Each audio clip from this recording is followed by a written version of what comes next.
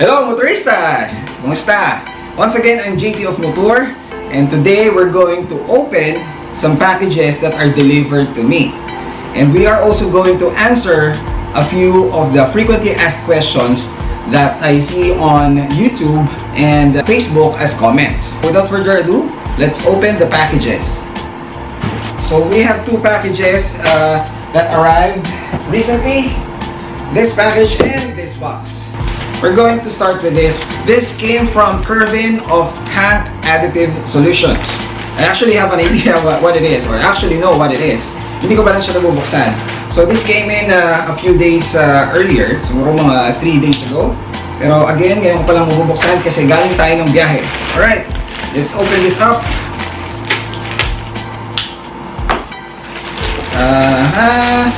Kervin sent me this package a few days ago. Here they are. Tank Additive Solutions. Yeah. Yes. Yan. Here they are. 3 colors. If you haven't figured it out yet, these are, they call it helm suit holders. So they are not the typical helmet holders na nakikita natin online. Nasasabitan mo lang ng helmets. So here it is. These are 3D printed. Diba? Diba? This is the blue one. So as you can see, meron siyang kasamang screws. Kompleto na siya. So ikakabit mo na lang siya. So what you do here is, obviously, ilalagay mo siya sa wall. Okay? So if you have these screws, pwedeng wood or even cement. So syempre, bubutasan muna siya. Then ilalagay mo ng screws na to. You put it here. Lagyan mo ng screws, dalawang screws. And then, it serves as a helmet holder. So, ilalagay mo yung helmet dito. It also has a hole here kung saan nyo pwedeng i-hook yung hangers na lalagyan nyo ng mga riding jackets or riding gears. Diba? So, 2-in-1 siya. It can accommodate a helmet and as well as a hanger para ilagay mo dito yung mga damit mo. Okay? So, here are the photos para maka-idea kayo kung paano ito ginagamit.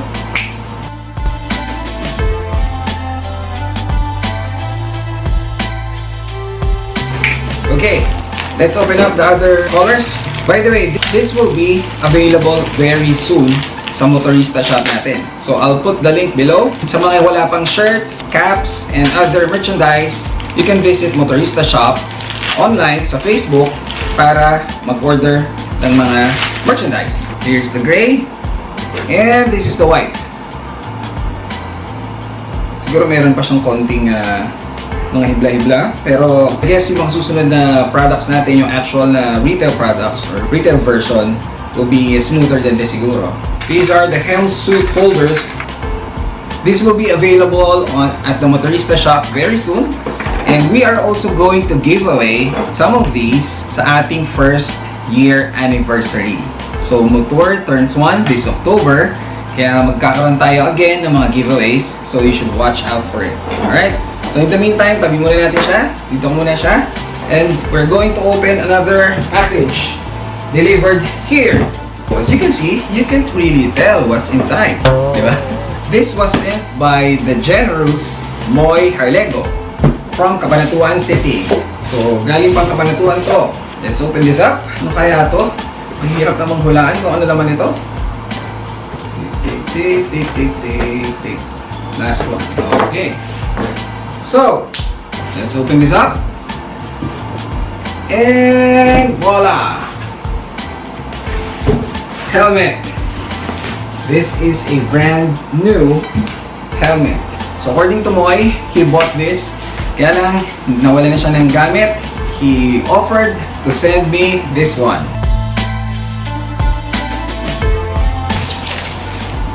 Alright! Wow! Do you see that? This is brand new. And according to him, never pa nga niyang nagamit to. Anong size ito? This is large. Large. So, may napansin ba kayo? Do you recognize this helmet? Ha? Do you recognize this helmet? Sa mga matagal na nanonood ng MoTour, this is my first ever helmet sa MoTour. Diba? It's the same exact model, and color. As in, ito. He said I can do whatever I want with this. Ikaw na ang bahala, JT. I can wear it, I can use it. But since I have exactly the same helmet already, ano kaya magandang gawin dito? Di ba? Of course, this is actually going to be included in the raffle prizes. So first year anniversary ng MoTour. So it adds extra value because this is the same helmet na ginamit ko nung sinimulan ko ang MoTour. Moy, thank you so much for this, and I'm sure matutuwa ang makaka-receive nito. Talking about more giveaways, I recently did a store visit at OZ Racing Lifestyle Manila branch. Their main branch is in Cebu, but also has a branch in Cavite. It has a wide variety of gears, from riding jackets to caps and bags. I was able to meet the owner, Mr. Zandro, who was generous enough to provide some items for giveaways. Alright, so we got our items here. Care of course, the OZ Racing. Kita niya yan, no? Di ba? Hi! So this is the very generous Mr. Zandro. Kita niyo naman yung shop niya, di ba? Kompletong-kompleto.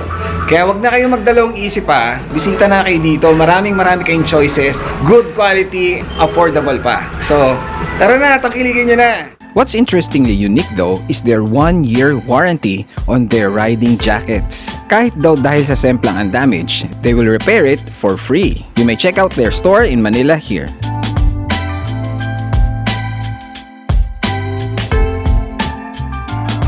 Let's proceed to the frequently asked questions. Kodigo ko. Alright, frequently asked questions. I'm going to answer 4 of them. First, Sir JT, bakit hindi na sumasama yung ibang mga kasama nyo sa MoTour? I often read these comments. Nasaan na sa ganito? Nasaan na si ganyan? Bakit hindi na sumasama sa ganito? Etc. Kung sino-sinong hinahanap, di ba? So let me answer that once and for all. So lahat ng kasama natin sa MoTour, these are all adults, di ba? Otherwise, hindi sila makakasama. Now, adults have responsibilities with family, with work or job, business, friends, organizations, and many more. And because of that, there is no guarantee na for every tour, for every lakad ng MoTour, makakasama sila. Even retired people, meron dyang binyag ng apo, mga projects dito, projects dyan. It's very normal na magkaroon ng conflict sa mga schedule ng tour natin, ng rides natin, sa mga activities na sinabi ko kanina. Walang guarantee na makasama sila palagi. So every time na may conflict tulad nun, hindi nila siya pare ipaliwanag pa namin sa vlog. Na for example, hindi makakasama sa ganito dahil graduation ng apo niya or dahil may project sila sa ganito, etc. So hindi na yun parang paliwanag namin. Hindi po tayo classroom na tatanungin mo, bakit wala si classmate na ganito? Bakit wala si classmate na ganyan? Alright? In short, kapag hindi nakasama sa vlog, ibig sabihin lang nun, there is conflict sa schedule and hindi sila pa pwede for whatever reason that they have na hindi na natin kailangan malaman or hindi na kailangan gawing public yung dahilan kung ba't di sila nakasama. Okay? So I hope mabawasan na yung mga tanong na ganyan, bakit wala si ganito, bakit wala si ganyan, kasi I'm sure kung pwede lang sila, sasama talaga sila. Nagkataon lang na hindi sila pa pwede makasama. Mag-focus na lang tayo at enjoy natin kung sino yung kasama, right? Okay, next question. Question number 2. Sir JT, kailan ka ba mag-upgrade ng bike? Nasaan na yung bike? Anong bike ang bibilin mo? So, I know na marami na naghihintay dun sa bike na bibilin ko, di ba? Kasi as I've said, I am planning to buy an expressway legal motorcycle para magkaroon tayo ng access sa expressways. Why? Time. Dahil it takes longer, so much longer, para mapuntahan mo isang lugar kung dadaan ka ng service road compared to the expressway. Mas mahal lang kasi magbabayad ka ng toll, but ang binabayaran mo doon is the time. Kung mas maaga kang makakarating doon, mas marami kang makakapture, mas marami akong mapavlog, there's more things that I could show you. Ganun lang yun. Alright, so bakit nga ba hindi pa ako bumibili? That's a very good question actually. Number 1, I actually haven't felt the need yet, strong need to upgrade yet. Why? Kasi I'm very satisfied with the NMAX. The storage space. I have the U-Box na punong-puno yun. Nandun mostly mga gadgets ko, mga main gadgets, cameras. And I have the top box. And I also have the saddlebags. So lahat ng yun, 4 na storages, punong-puno yun. So just imagine kung mag-upgrade ako into an adventure bike, for example. Yes, you could put panniers or saddlebags and then top box. Pero yung easily accessible na storage like the U-box, para sa akin, very important yon. For example, may biglaan akong kailangan i-shoot, titigil ako sandali, bubuksan ko yung U-box, access ng camera. Compared dun sa kukunin mo yung susi, bubuksan mo yung top box or whatever storage, and then kukunin mo pa. Konti lang siguro yung difference, pero still, convenience is convenience. Anyway, so number 1 is storage. Second is, I believe in the saying that it's more fun to ride a slow bike fast than a fast bike slow. In short, na-maximize ko yung NMAX ko, yung scooter ko, kasi ano ba usually ang takbo ko sa mga service road? Ano ba usually 90% of the time or even 95% of the time, hindi kami lumalampas ng 80 kilometers per hour or 90 kilometers per hour. Bihirang-bihira kami lumampas ng 100 kilometers per hour. And kung kailanganin ko man mag 110 or 115 or 100 kilometers per hour, nakakaya naman ni NMAX. But most of the time, sabi ko nga, 90 or 95% of the time, mabagal lang kami. So, tamang-tama lang yung displacement niya for that speed. Hindi galit yung makina, tamang-tama lang. Cruising speed, kumbaga. And I can just imagine kung naka 650, 1000cc bike ako, tumatakbo kami ng hundreds of kilometers ng nasa 70 or 80 kilometers lang per hour. Nasa second or third gear ka lang naglalaro, di ba? Most of the time. Nandun yung reservation, pero I know that's the way it is. I mean, ganun naman talaga sa manual.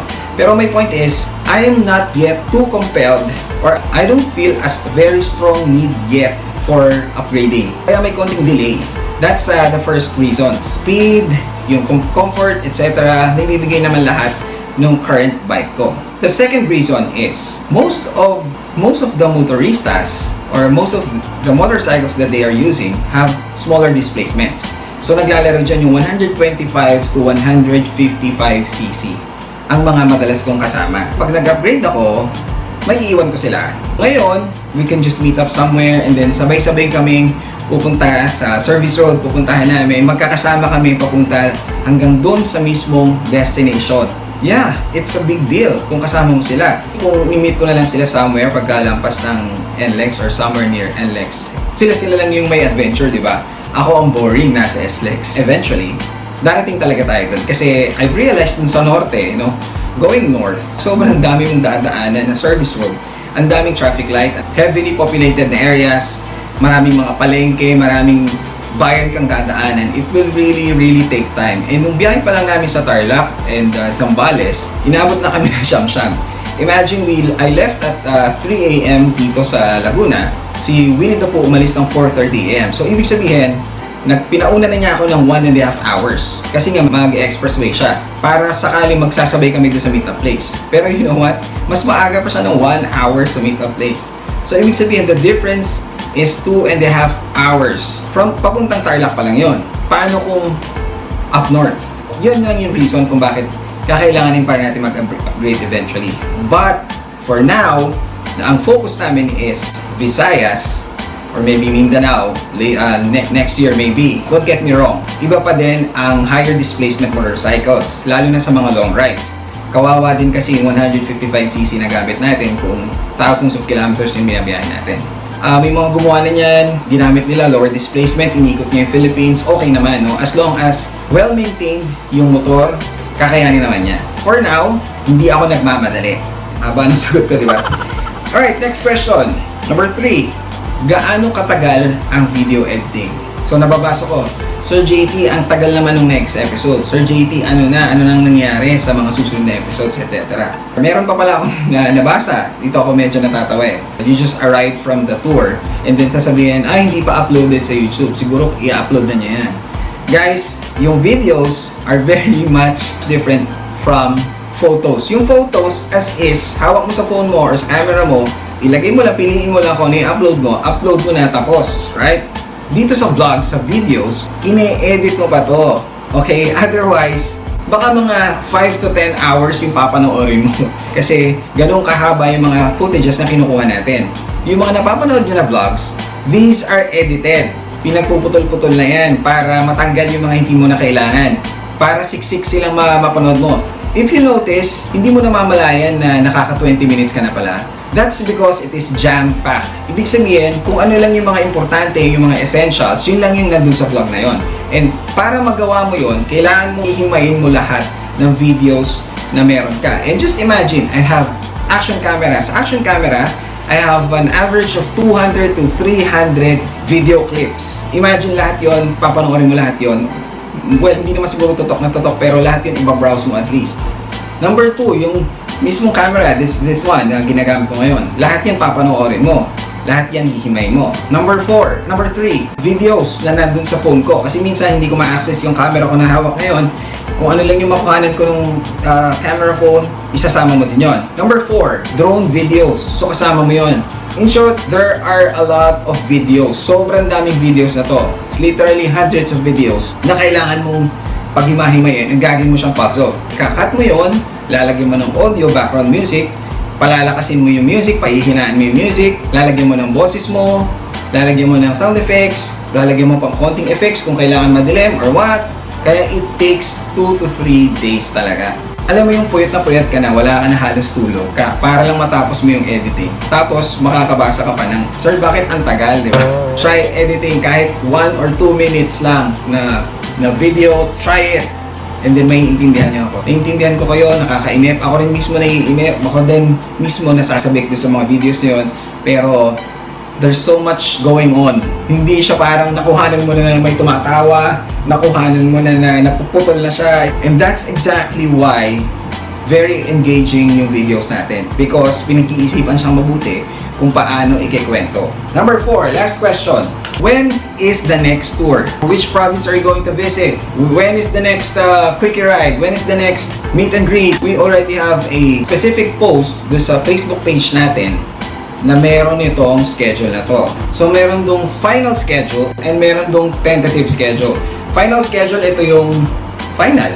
Yung sarado na, usually 2 weeks before or even mas malapit pa. And then yung tentative, ito yung mga sa tingin namin posibleng mangyari. So bakit wala pa tayong final na schedule ng pangmatagalan? Because of obvious reasons. Chine-check namin muna yung schedule namin for conflicts, di ba? I'm doing my best, mas-schedule natin siya in such a way na mas maraming makakasama. Yun ang ginagawa natin, which is very hard. Kasi merong mga karamihan kasi employed, di ba? Merong 8 to 5 job, available lang sila ng weekends. So yung iba sa kanila, as in nagli-leave pa talaga para lang makasama sa atin. Kaya hindi pa tayo makapag-settle agad ng mga final dates. Generally, yung schedule ko masusunod, di ba? That's it for this session ng ating Q&A. If you have more questions, comment below and sa next session natin, we'll try to answer them. Okay? So that's it. Thank you guys. Keep on watching and I'll see you around. Bye!